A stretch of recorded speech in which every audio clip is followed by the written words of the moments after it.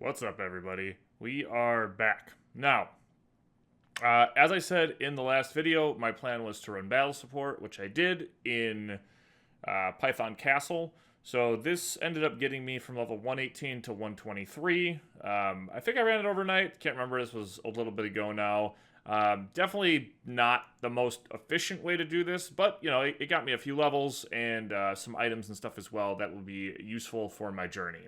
So this was day 3 of my Muse adventure, and after running battle support, I decided to run back to our Deca and organize my inventory a little bit.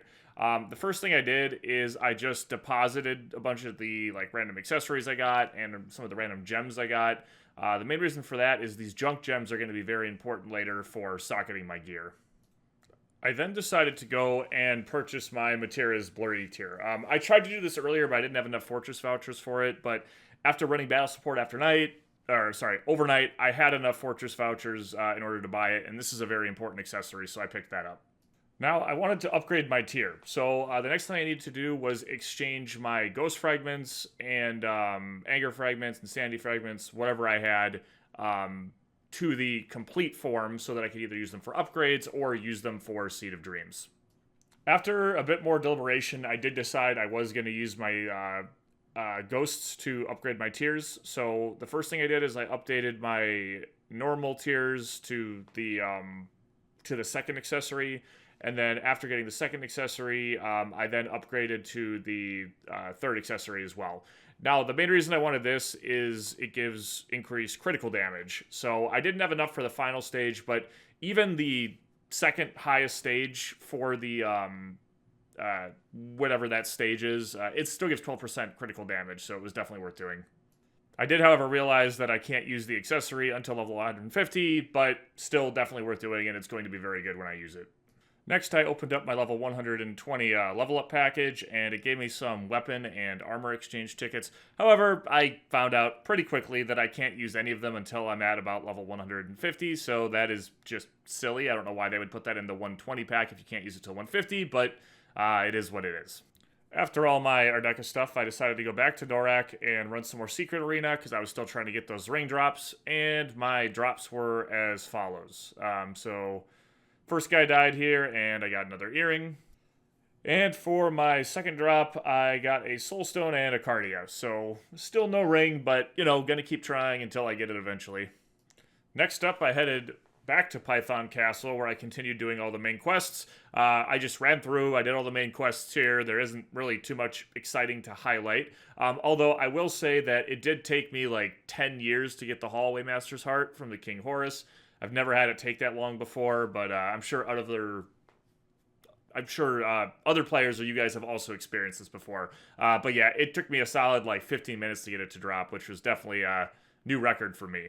But yeah, finished up the quest here, and then it was time to go to Doomed Maze. I did also make a quick pit stop in our Deca to use some more Fortress Vouchers in order to get some buffs, which I thought might be helpful for the Doomed Maze solo dungeon. With buffs in hand, I headed to the Doomed Maze solo dungeon, Python Castle, and I decided to give it a go. One of the first things I noticed is that they completely reworked this dungeon from the last time that I did it. It is not you walk in and there's 3 different paths you can take, and then you go to the boss. It's either like the boss, the right path, or the left path. Nope, that is all gone. There's only one path you can follow now. So upon going in at level 130, I noticed in this first room that I was getting absolutely destroyed. And I was also having a hard time getting the mobs to group up. So what I ended up doing is I ended up finding a corner of the room and running there. And when I ran to that corner, it made my survivability a lot better. So that is definitely the strategy for that. Now, I had hoped to beat this on my first try. However, I found out that when I got to Duix Marble, my damage was just absolutely atrocious. You can see here that this was going to take me a very long time. In addition to that, I was just having a hard time staying alive. He had this attack where he does kind of multiple AoEs in one spot, and I probably could have avoided it and beat him if I really tried, but I really wasn't willing to put in that much effort. So right now, can't beat Doomed Maze. That's okay. I'll be back, and I'll get my revenge at another time. After my humiliating defeat in the Doom-based solo dungeon, I was thinking to myself, okay, what can I do to potentially beat that dungeon? And I would like to point out that I also got 5 levels during the dungeon, even though I didn't complete it.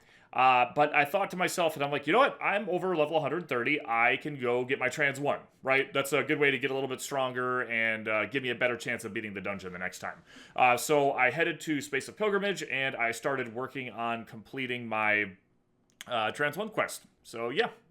While working on my Trans 1 quest, I did notice that there were a lot of Acris spawns in various areas. Like, so obviously someone was farming somewhere else, and then they spawn and they don't get killed, so they just stack up. And this did trigger in my mind that if I run into a Dill issue later, hunting Acris might not be a bad idea. So did just want to throw that in here. I did end up completing my trans quest and getting my trans 1, which is great. You can see here I'm finishing off the last boss. And after finishing that off and after unlocking the trans quest, I decided to head over to Ardeka to check out the trans and check out the skills that came along with it. Overall, I will say that I was not incredibly impressed with the trans 1 of the Muse. It's kind of boring. It doesn't get the same effects that other classes get. It's not really a transformation. It's more of just they put on a costume or something along those lines. Yeah, overall, just not impressed. But you know what? I guess it doesn't matter how it looks. It just matters that I get the stats, and that's all that matters to me when I complete my dungeon. I will say, using the skills, though, they look kind of cool. I don't know why these weird tentacle plant things popping out have anything to do with being a bard class, but they are fairly large AoEs, so I can see it being useful. I also had the idea to upgrade my Deca line ring in order to give myself some more PvE monster damage tolerance. So in order to do this, I took some of the Angers and the Insanities and Ghosts and stuff, and I went to Wingo and exchanged those for seeds. If you're wondering where I got these, as well as earlier, these were from when I set up battle support the night before and ran it in Draco. So I ended up with some of that, which gave me some seeds to play with. This exchange process is kind of annoying, but I did manage to do that, and then we headed over for our upgrade. At this point, I was able to complete one upgrade, which isn't huge, but it's a little more monster damage tolerance, and that is extremely important when it comes to staying alive in dungeons and stuff of that nature. Around this point, too, I was informed by someone in chat that I can actually upgrade my Moonlit bracelets, belt, and accessories, which I did not know. So I could get them to at least +6. So I did decide to upgrade my belt to at least +6. I had some R-gates for that. If you're wondering where I got the R-gates from, at some point, I can't remember when, I did decide to open up my Treasure Hunter rune box that I got from the quest in Norok Dungeon. And that does have a chance to give you R-gates. So that's definitely something you want to pick up and be using, because you trigger, you get the boxes, and you can get R-gates. But I was able to get my Moonlit belt to +6, which gave me some more damage, which is overall just great for my character.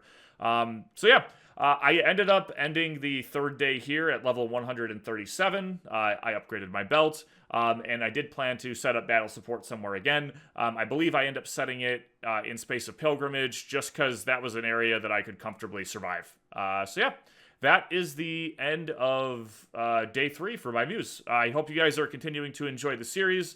Questions or suggestions, as always, you leave in the comments. And until next time, guys, take care. Peace.